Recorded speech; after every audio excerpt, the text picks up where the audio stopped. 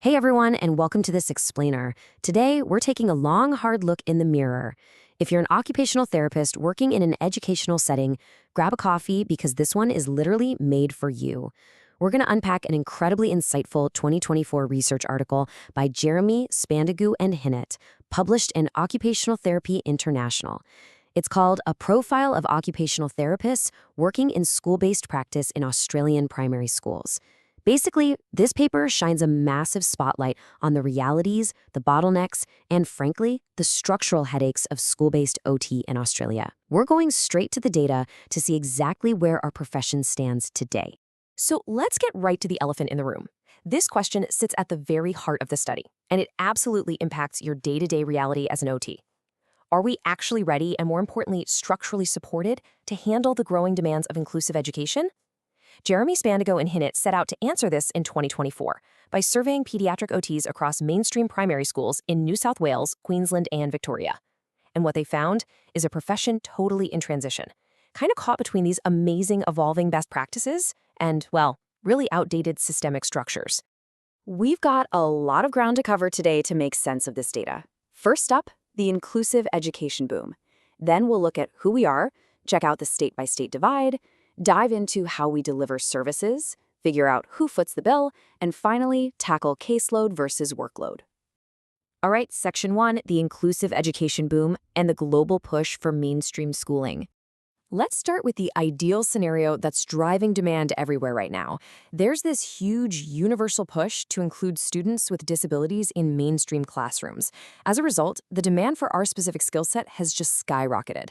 As Jeremy, Spandagu, and Hinnett point out in their 2024 paper, we've essentially packed our bags. We've shifted from traditional, isolated clinical health settings straight into schools. The expectation is that we're supposed to work collaboratively with teachers, using tiered interventions to support all students right there in their natural classroom context.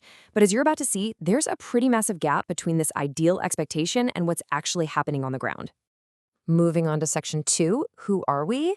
Let's look at the demographics of the Australian school-based OT workforce. To really understand the challenges we're facing, we have to look at the people doing the work. Take a look at this. 94% female. I mean, we remain a heavily gender-segregated profession. Based on the 2024 sample from Jeremy, Spandagu, and Hinnett, the study notes that this lack of gender parity might actually require some targeted recruitment strategies down the line. We need to ensure workforce sustainability and bring a broader demographic into the field as this demand just keeps growing. And get this, nearly half of us, 46.7% to be exact, have been doing this for under 9 years. So if you feel like you're surrounded by early career practitioners, you're definitely not imagining things. The researchers point out something really crucial here. School-based practice is incredibly complex. It requires this unique systemic knowledge that, let's be honest, entry-level education often just doesn't cover. This huge chunk of early career therapists highlights a massive need for better supervision and mentorship to help everyone navigate these complicated school systems. Which brings us to Section 3, the state-by-state divide, where we see some wild inconsistencies across New South Wales, Queensland, and Victoria. This is our first major bottleneck. Unlike the US, Australia doesn't have federal legislation embedding OT into the education system. It's left entirely up to the states, and the contrast is stark. Look at Queensland. 50% of the surveyed therapists are employed directly by the Department of Education. But then you look over at New South Wales, only 2% are directly employed by the government.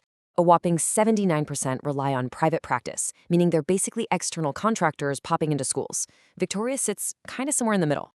This structural divide, it's the root cause of almost all the service delivery issues we're about to talk about. All right, Section 4, how we deliver services. We're talking tiered interventions and the actual classroom realities. Because you see, this fractured employment landscape directly impacts how we deliver our services. How you're employed basically dictates what you're actually allowed or funded to do. Now, we all know the gold standard is a multi-tiered system, right? Tier 1 is universal design for the whole class, Tier 2 is targeted small groups, and Tier 3 is that direct one-on-one tailored therapy. The World Federation of Occupational Therapists is practically begging us to lean heavily into Tier 1 and 2 to support true inclusive education. But the reality on the ground in Australia, totally different story. This study reveals a massive top-heavy imbalance. 73.1% of therapists are providing Tier 3 direct one-on-one services. That completely eclipses the universally recommended Tier 1 and 2 interventions, which are barely scraping by in the 20% range. We are incredibly top-heavy on the most restrictive, individualized tier of support possible. And it goes even deeper. Jeremy, Spandago, and Hinnett's 2024 data shows that 61% of therapists use that Tier 3 direct one-on-one therapy as their most frequent method.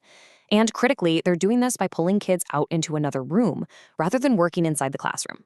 So if you're spending your days pulling kids out of class, maybe hiding in a repurposed broom closet to do therapy, you're definitely not alone. But it raises a huge red flag. This pull-out model directly contradicts the whole philosophy of inclusive education, which is all about keeping kids in their natural learning environments.